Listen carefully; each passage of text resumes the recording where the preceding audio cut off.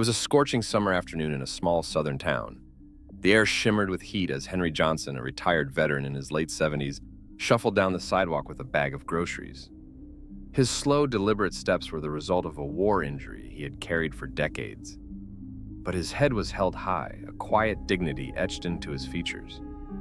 Henry was a local legend, known for his warm smile, his wisdom, and his dedication to the community. He had lived in this neighborhood for over 50 years. As Henry reached a crosswalk, he glanced both ways and began to cross.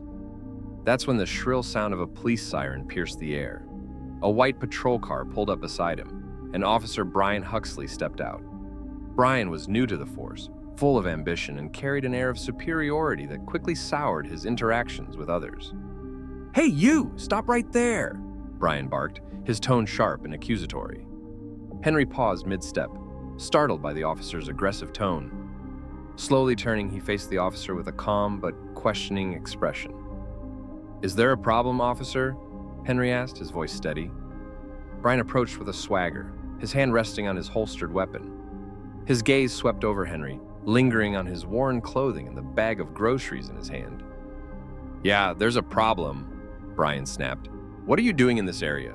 Do you have permission to be here?" Henry blinked in disbelief.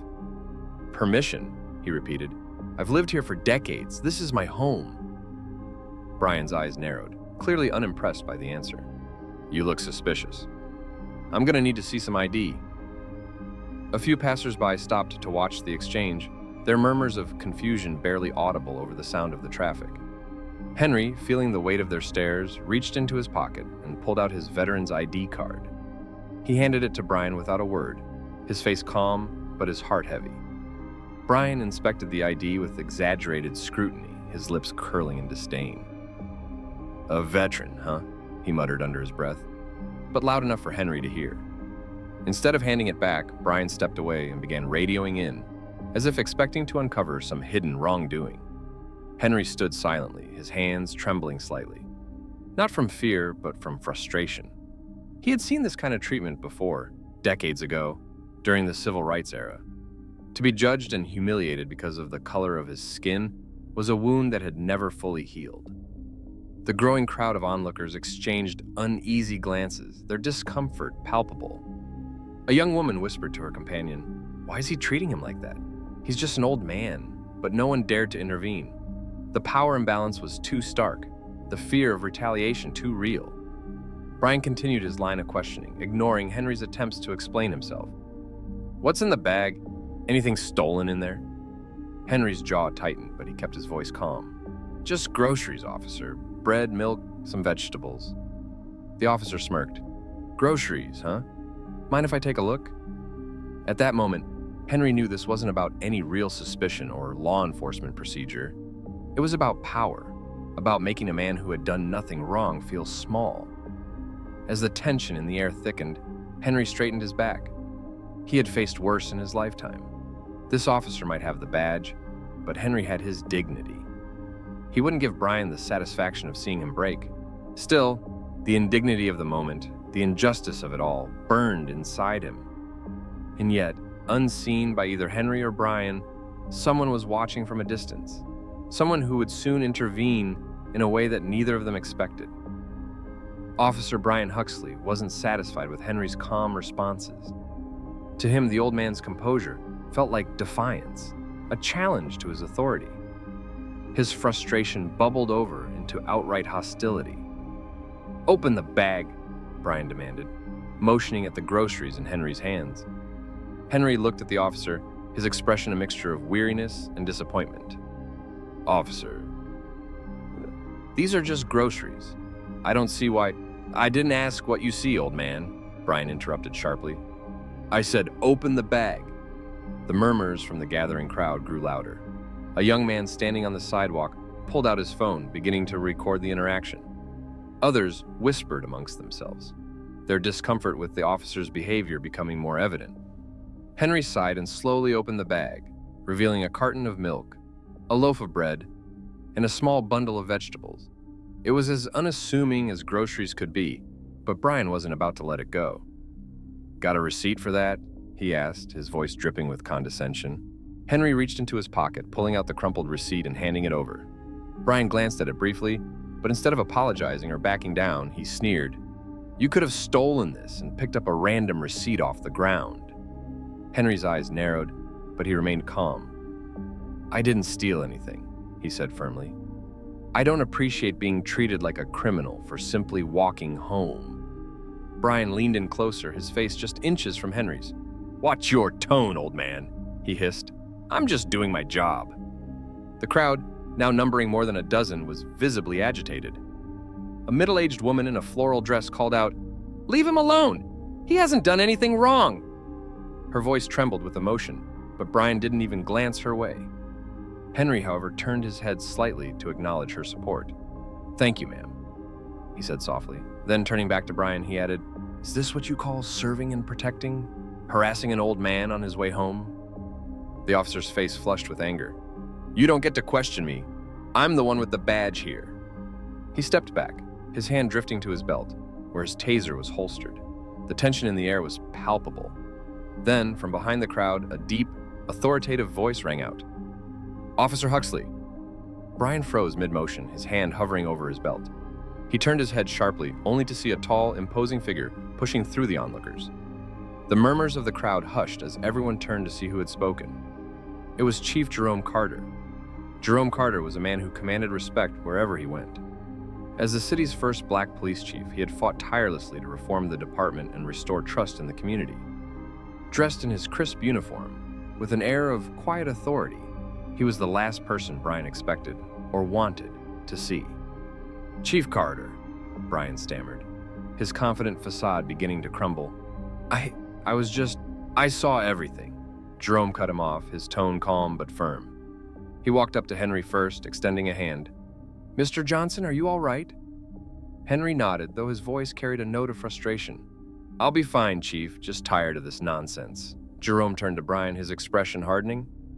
"Officer Huxley, do you have any idea who this man is? Do you know he's a decorated veteran who's lived in this community longer than you've been alive?" Brian swallowed hard, his eyes darting nervously between the chief and the crowd. "I was just following protocol, sir. He looked suspicious." "Suspicious?" Jerome interrupted, his voice rising slightly. "Carrying groceries? Walking down the street he's lived on for decades? Explain to me how that's suspicious." Brian floundered, his earlier bravado completely gone. I was just trying to ensure—" "Enough," Jerome snapped. "What I saw wasn't policing. It was harassment. You've not only embarrassed yourself, but this entire department." The crowd erupted in murmurs of agreement, their earlier tension replaced with a sense of vindication. Some even clapped softly, their respect for the chief evident. Jerome turned back to Henry. "Mr. Johnson, on behalf of the department, I apologize for this unacceptable behavior. It will be dealt with immediately." Henry offered a small smile, his dignity intact despite the ordeal. "Thank you, Chief. That means a lot." Jerome nodded before turning back to Brian. "You're relieved of duty effective immediately. Hand over your badge and weapon. Report to the station for an internal review." Brian's face turned a deep shade of red as he reluctantly unfastened his badge and handed it over. The crowd watched silently, some recording the moment on their phones. As Jerome escorted Brian back to his patrol car, he glanced over his shoulder at the crowd. "Thank you for standing by. Your voices matter. If you ever witness something like this again, don't hesitate to report it." The crowd erupted into applause, their faith in justice momentarily restored. Henry watched the scene with a mixture of relief and pride. Change was slow, he knew, but moments like this reminded him it was possible. As Jerome walked back to Henry, he offered one final handshake. "Take care, Mr. Johnson. We're here to serve you, not to harm you." Henry nodded, his voice steady. "Thank you, Chief. Keep fighting the good fight." With that, the chief turned and walked away, leaving behind a humbled officer, an inspired crowd, and a man who had once again stood tall in the face of adversity. As the patrol car pulled away, carrying a disgraced Officer Huxley back to the station, the atmosphere on the street shifted. The tension had broken, replaced by a sense of catharsis among the gathered crowd. For a moment, all eyes were on Henry Johnson, the elderly veteran who had borne the brunt of injustice with unshakable dignity. Henry, however, felt more exhausted than triumphant. The familiar weight of discrimination lingered heavy on his shoulders. He adjusted the strap of his grocery bag and turned to leave. But before he could take a step, a young man approached him, his phone still in hand. "Sir," the man said, his voice tinged with respect, "I recorded the whole thing. What happened to you wasn't right. If you want, I can share the video online. Make sure people see what's really going on." Henry looked at the man, then at the growing circle of onlookers, nodding in agreement. For a moment, he considered the implications. The world needed to see this, to understand the everyday humiliations people like him still endured. But then he shook his head gently. "Son, I appreciate that," he said, his voice steady. "But I've been through too many battles to let this one define me. If you want to share it to raise awareness, do it for the bigger picture, not for me." The young man nodded solemnly, understanding the wisdom behind Henry's words. "I will, sir," he said. "People need to know." The aftermath. The crowd began to disperse, some still whispering about what they had witnessed. Chief Jerome Carter remained behind, watching Henry as he prepared to leave. Something about the old man's resilience struck a chord deep within him. "Mr. Johnson," Jerome called, stepping forward. Henry turned, his expression patient but tired. "Yes, Chief. May I give you a ride home? It's the least I can do after what you've been through today." Henry hesitated for a moment, then nodded. "I'd appreciate that. These legs aren't what they used to be." Jerome led him to his car, opening the passenger door with a level of care that spoke volumes about his respect. As they drove through the familiar streets of the neighborhood, Jerome broke the silence. "I want you to know, Mr. Johnson, that this isn't just about today," he said, gripping the wheel. "What happened was unacceptable, and it's part of a bigger problem I've been fighting to change in this department." Henry looked out the window, his voice calm but firm. "You've got a tough fight ahead of you, Chief. Racism doesn't disappear because you punish one man. It's in the roots of the system. You can't cut the leaves and expect the tree to die." Jerome nodded, his jaw tightening. "I know, but that doesn't mean we stop trying. Change happens one step at a time, one moment like this at a time." Henry glanced at the younger man, seeing the fire of determination in his eyes. "I admire your resolve," he said. "Just remember, it's not just about what you fight against. It's about what you stand for. Lead with integrity, and others will follow." The car came to a stop outside Henry's modest home, a small but well-kept house with a neatly trimmed lawn. Jerome got out to help him with his groceries, carrying the bag to the porch. As Henry unlocked the door, he turned back to Jerome. "Chief Carter, I want to thank you for stepping in today. A lot of folks in your position would have turned a blind eye." Jerome met his gaze, his voice steady. "It's my duty, Mr. Johnson. Not just as a chief of police, but as a man." Henry smiled, a small, knowing smile. "The world needs more men like you. Keep doing what you're doing, and don't let the weight of it crush you." Jerome nodded, feeling both the encouragement and the gravity of Henry's words. "Take care of yourself, Mr. Johnson. If you ever need anything, you know where to find me." With a final handshake, Jerome returned to his car, leaving Henry standing on his porch. The old man watched as the chief drove away, the sound of the engine fading into the distance. For the first time in a long while, Henry felt a flicker of hope, not for himself, but for the generations that would follow. Over the next few days, the video of the incident spread across social media, sparking a wave of outrage and conversations about systemic racism and police reform. Chief Jerome Carter became a symbol of accountability, while Henry's quiet strength inspired countless people to share their own stories of resilience in the face of discrimination. The department announced new training programs, community outreach initiatives, and an independent review board to handle complaints. Officer Huxley's dismissal sent a strong message. The old ways of policing were no longer acceptable. Henry, however, stayed out of the limelight. He continued his daily walks, his grocery runs, and his quiet life. But every now and then, someone would stop him on the street to shake his hand or thank him for standing tall that day. For Henry, it wasn't about the recognition. It was about knowing that in a world still marred by injustice, moments of accountability and integrity could plant the seeds of change. And that was enough. The police department faced mounting scrutiny. Citizens who had long felt silenced by fear of retaliation began stepping forward with their own stories of mistreatment. At the same time, voices of support for Chief Carter flooded the city hall and police headquarters. Jerome, however, wasn't basking in the newfound attention. Instead, he was working tirelessly behind the scenes to address the systemic issues within the department. He convened a special task force to review department policies, focusing on de-escalation training, racial bias awareness, and accountability. He also invited respected community leaders to participate in these reforms, ensuring that the voices of those most affected by injustice were heard. One of those leaders was Henry Johnson. When Jerome first approached Henry to join the task force, the veteran hesitated. "Chief, I've lived through the worst of it," Henry said. "I'm not sure I have much more fight left in me."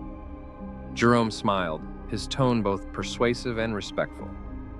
"Mr. Johnson, it's precisely because you've lived through so much that your voice matters. The young officers coming into the force need to hear your perspective. They need to understand what it feels like to be on the receiving end of injustice." After a long pause, Henry nodded. "All right, Chief, if it'll make a difference, I'll do it." The first task force meeting was held at a local community center, a neutral and welcoming space. Jerome opened the session with a promise. "This isn't about damage control or public relations," he said, his voice firm. "This is about real, lasting change, and it starts here." Henry was the last to speak that day, but when he did, the room fell silent. He shared his experience, not just of the incident with Officer Huxley, but of decades of subtle and overt racism, the ways it had shaped his life, and the resilience it took to keep going. "Young officers like Huxley," Henry said, "don't start out bad. They start out ignorant of what it feels like to be judged before you even open your mouth, ignorant of the pain that lingers long after the encounter is over. If we can teach them to see us as people, not threats, maybe we can stop this cycle." The room erupted into applause. Jerome caught Henry's eye and nodded, his expression full of gratitude. Over the following months, the task force implemented sweeping changes. Officers underwent mandatory training in implicit bias and cultural sensitivity. Community members were invited to participate in ride-alongs and police workshops, fostering mutual understanding. A new civilian oversight board was established to handle complaints against officers, ensuring transparency and accountability. For his part, Jerome ensured these reforms weren't just surface-level changes. He personally reviewed cases of alleged misconduct and made a point of visiting neighborhoods to hear residents' concerns directly. Henry became a respected figure in these efforts, though he often downplayed his role. "I'm just an old man telling my story," he would say. But to the younger members of the community, he was much more, a living example of courage and integrity. Beyond the city limits, the story sparked similar conversations in other communities. Activists and local leaders reached out to Jerome for advice on how to enact meaningful reforms in their own towns. Henry received letters from people across the country thanking him for his strength and sharing their own experiences with injustice. One letter stood out to Henry. It was from a young black man named Marcus, who had been arrested unfairly in a neighboring town. "Your story gave me hope," Marcus wrote. "It reminded me that we're not alone and that there are people out there fighting for us." Henry folded the letter carefully and placed it in a drawer where he kept his most cherished belongings. Months later, the city held a public ceremony to honor those who had contributed to the reforms. Henry was reluctant to attend. He didn't care for the spotlight. But Jerome insisted. "You need to see what you've helped accomplish," he told him. At the event, Jerome took the stage to thunderous applause. "Today," he said, "we honor a man who has shown us what dignity, resilience, and true courage look like. Mr. Henry Johnson, will you join me?" The crowd erupted as Henry slowly made his way to the stage, leaning on his cane. When he reached the microphone, he looked out at the sea of faces, young and old, black and white, and felt a surge of emotion. "I'm no hero," Henry began. "I'm just a man who's lived long enough to see the worst and the best in people. What happened to me wasn't unique. It happens to folks like me every day, but what's different this time is what came after. This community stood up, this police department stood up, and together we showed that change is possible." The applause was deafening. As Henry stepped back, Jerome placed a hand on his shoulder. "You've inspired us all, Mr. Johnson." That night, Henry sat on his porch, the cool evening breeze carrying the distant sounds of the city. He thought about how far things had come and how far there was still to go. But for the first time in a long while, he felt something new. Hope. It wasn't just about what he had endured or what he had accomplished. It was about the seeds of change he saw taking root, not just in the police department, but in the hearts of the people. As he gazed up at the stars, Henry whispered to himself, maybe this fight ain't over, but at least we're moving in the right direction. The changes in the city were undeniable. What had begun as a painful encounter for Henry Johnson turned into a movement that reshaped the community. People of all backgrounds began working together to address long-standing issues, not just within the police force, but in schools, workplaces, and public spaces. Conversations about race, fairness, and equity were no longer whispered behind closed doors. They were happening in town halls, churches, and neighborhood gatherings. Henry watched these changes from his modest home on the corner of Pine Street. Though he didn't seek recognition, he couldn't ignore the ways his life had become a symbol of resilience and hope. Strangers would stop him on his walks, thanking him for his bravery. Children would wave at him from their bicycles, calling out, "Hi, Mr. Henry." He was no longer just a quiet veteran in the background. He had become a pillar of the community. Yet Henry remained grounded. "It's not about me," he often said to those who came to him for advice or inspiration. "It's about all of us moving forward together." Chief Jerome Carter had become the face of the city's efforts to reform its police department. But the road was far from easy. While many officers embraced the new training programs and community engagement initiatives, others resisted, clinging to old attitudes and practices. Jerome knew he couldn't change everyone overnight, but he was determined to lead by example. He spent his evenings walking the neighborhoods, talking to residents, and listening to their concerns. He also made a point of mentoring young officers, instilling in them the values of empathy, respect, and accountability. One of those officers, a young recruit named Carla Lopez, became a shining example of the new generation. After participating in a community outreach event at a local school, she told Jerome, "This is why I became a cop. Not to intimidate people, but to protect and serve."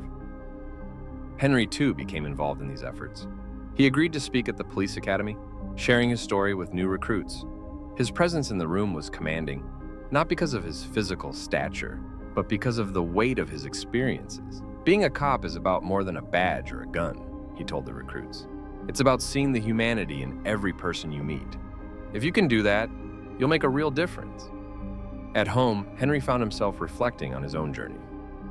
He thought about the battles he had fought, both on the battlefield and in everyday life. He thought about the sacrifices of those who had come before him, civil rights leaders, activists, and ordinary people who had dared to demand fairness and equality. One evening, as he sat on his porch, he received a visit from Jerome. The chief carried a small box in his hands, which he presented to Henry with a solemn expression. "What's this?" Henry asked, his eyebrows furrowing. Jerome smiled. "Open it and see." Inside was a medal, engraved with the words, "For courage and community leadership." It was a special recognition awarded by the city council, honoring Henry for his role in sparking change. Henry's hands trembled slightly as he held the medal. "I didn't do this for awards," he said softly. "I know," Jerome replied, "but you deserve it. You've reminded us all what it means to stand tall, even when the world tries to knock you down."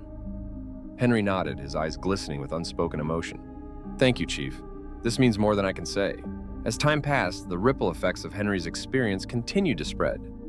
The schools began incorporating lessons on civil rights and social justice into their curriculums. Local businesses partnered with the police department to sponsor community events, fostering stronger relationships between residents and law enforcement. One of the most touching moments came during a citywide Day of Unity, organized to celebrate the progress that had been made. Henry was invited to give the keynote speech, and though public speaking wasn't his favorite activity, he agreed. Standing before a crowd of hundreds in the city's Central Park, Henry spoke from the heart. "We've come a long way," he began, "but the road ahead is still long. Change doesn't happen because of one person or one moment. It happens when we all decide to do better, every day, in every interaction. It's about how we treat each other, how we teach our children, and how we hold ourselves accountable." The applause was deafening. But what touched Henry most was the sight of young children in the front row listening intently. He saw in their faces the promise of a better future, one where dignity and respect weren't just ideals, but everyday realities. In the years that followed, Henry continued his quiet life, content to watch the seeds of change grow. The city was far from perfect, but it was better, stronger, more united, and more aware of the challenges that still needed to be addressed. One day, a young boy knocked on Henry's door, carrying a school assignment. "Mr. Johnson," the boy said shyly, "my teacher says you're a hero. Can I interview you for my project?" Henry chuckled, inviting the boy inside. "A hero, huh? Well, let me tell you something about heroes.